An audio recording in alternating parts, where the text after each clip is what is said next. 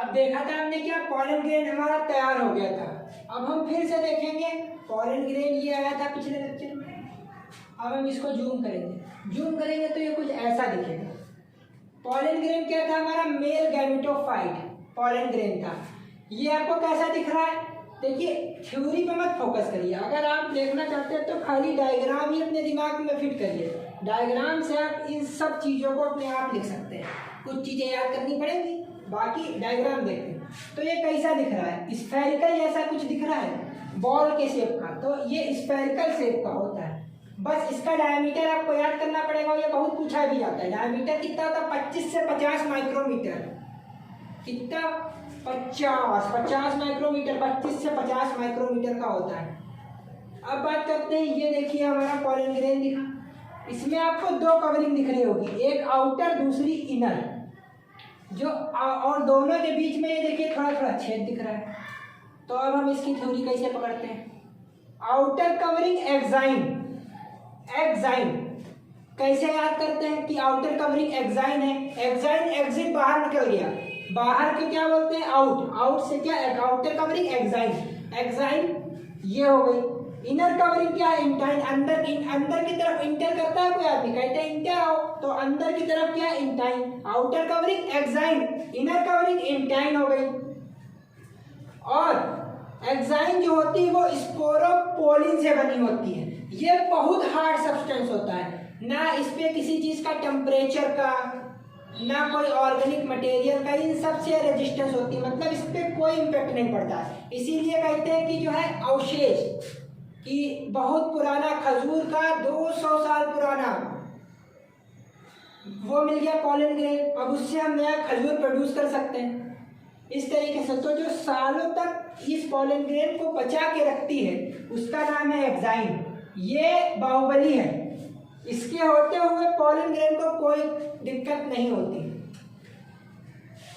ये स्पोरोपोलिन की बनी होती, हार्ड सब्सटेंस होता है। बस आपको इसमें 3-4 चीजें याद रखनी है। पहला, आउटर कवरिंग क्या है, एक्साइन है।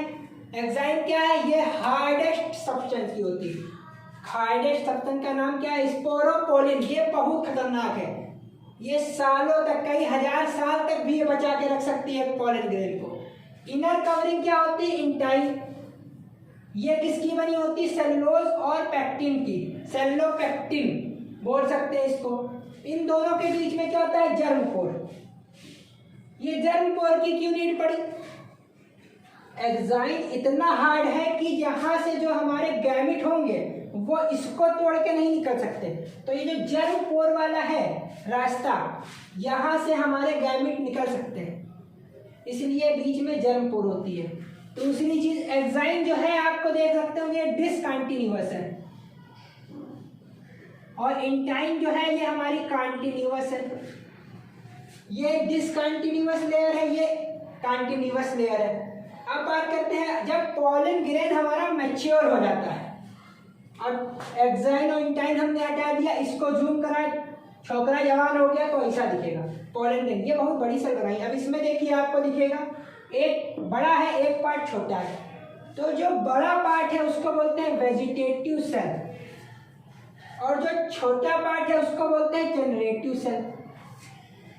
एक क्या है, वेजिटेटिव, दूसरा क्या है, जनरेटिव। तो इस तरीके से हम डायग्राम के थ्रू याद रखेंगे, जो बड़ा पार्ट होता है वो वेजिटेटिव होता है, छोटा जो होता है वो जनरेटिव होता है। बड़ा वेजिटेटिव पार्ट बड़ा क्यों रखा गया और जनरेटिव पार्ट छोटा क्यों है, तो इस पे बात करते हैं। ये जनरेटिव है, ये यहाँ पे गैमेट्स बनेंगे जो आगे चल के नई जनरेशन प्रोड्यूस करेंगे। इनको खाना कहाँ से चाहिए, खाना वेजिटेटिव देता है। तो वेजिटेटिव का काम होता है रिजर्व फूड, ये अपने अंदर फूड को स्टोर करता है, जब जनरेटिव सेल को जरूरत पड़ती है तो दे देता है, कहता है लो भैया खाओ खाना अपना। तो जो वेजिटेटिव सेल होता है इसको ज़्यादा मात्रा में फूड स्टोरेज करना पड़ता है, इसीलिए इसका साइज बड़ा है, और जनरेटिव सेल का साइज छोटा है। जनरेटिव सेल स्पिंडल शेप्ड की होती है, जबकि वेजिटेटिव सेल में रिजर्व फूड होता है, ये इनरेगुलर शेप्ड की होती है। जैसा डायग्राम बनाया ऐसा नहीं होता, ये कुछ इस तरीके से बन के आता है ये, और ये स्पिंडल शेप कुछ इस तरीके से होता है। इसमें स्पिंडल फाइबर वगैरह वो अलग अलग होता है। पर ये जो है दो चीज़ें ये बहुत पूछी जाती है, ये मोस्ट इंपॉर्टेंट, हमको इन पे फोकस करना है। 60% से अधिक पॉलन ग्रेन में 2 सेल स्टेज पाई जाती है। 2 सेल स्टेज क्या है? एक सेल ये, एक सेल ये। 60% जो हमारा पॉलन ग्रेन होगा उसमें तो ऐसे काम करेगा, बच्चे ये 40%, ये बड़े खतरनाक। जो 40% होगा तो यहाँ पे ये एन है, इसमें माइटोटिक डिवीजन होगा और एक एन और प्रोड्यूस कर देगा। तो बचे हुए 40% में यहाँ पे 1 2 3 सेल स्टेज मिलती है। इसमें क्या हुआ? जनरेटिव सेल है ये, वेजिटेटिव तो ऐसे ही ये एन होता है, इसमें माइटोटिक हो गया, अर्धसूत्री विभाजन माइटोटिक, एन से एन बन गया, अब ये 2 हो गया जनरेटिव सेल, ये एन बीच में हुआ, ये क्या है? Generative sale. तो 40% में 3rd स्टेज पाई जाती है। अब बात करते हैं पॉलन ग्रेन की इम्पोर्टेंस की। तो पॉलन ग्रेन क्यों इम्पोर्टेंस है? पहली चीज तो ये कि पॉलन ग्रेन मेनली इम्पोर्टेंट जो है वो है न्यूट्रिएंट्स के लिए। इसमें बहुत न्यूट्रिएंट्स होता है। जो स्पेस ट्रैवलर होते हैं वो पॉलन टैबलेट लेके जाते हैं, कुछ टैबलेट खा ली और आराम से अपना रुके हुए रह रहे हैं, मतलब जो अंतरिक्ष में जाते हैं वो खाने की जगह पॉलन प्रेफर करते हैं।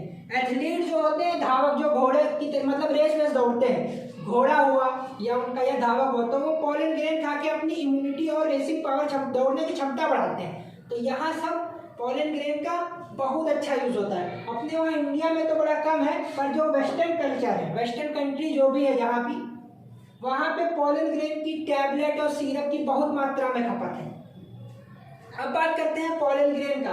तो कुछ पॉलन ग्रेन का लाइफ स्पैन क्या है, कब तक ये जिंदा रहते हैं? तो जो अनाज होता है जैसे राइस हुआ, व्हीट हुआ, इनका पॉलन ग्रेन 30 मिनट में मर जाता है। जबकि फैमिली सोलेनेसी, लेगुमिनेसी और रोजेसी में इनके पॉलन ग्रेन कुछ महीने तक जिंदा रहते हैं। डेट पाम वगैरह हो गया, उनका पॉलन ग्रेन बहुत लंबे टाइम तक जिंदा रहता है। ठीक है, अब हम बात करते हैं कि क्या होता है अगर पॉलन ग्रेन को स्टोर कैसे करते हैं। तो पॉलन ग्रेन को -196 डिग्री सेल्सियस पे बर्फ में रख के अगर हम फ्रीज कर देंगे तो हमारा पॉलन ग्रेन जो है वो स्टोर हो जाएगा। किसमें? लिक्विड नाइट्रोजन में यूज करते हैं। अगर इसको स्टोरेज करना है तो किस में करना होगा? हमको लिक्विड नाइट्रोजन में इसको हम स्टोरेज करेंगे, N2 नाइट्रोजन। आज के लिए इतना ही, मिलते हैं नेक्स्ट टॉपिक में।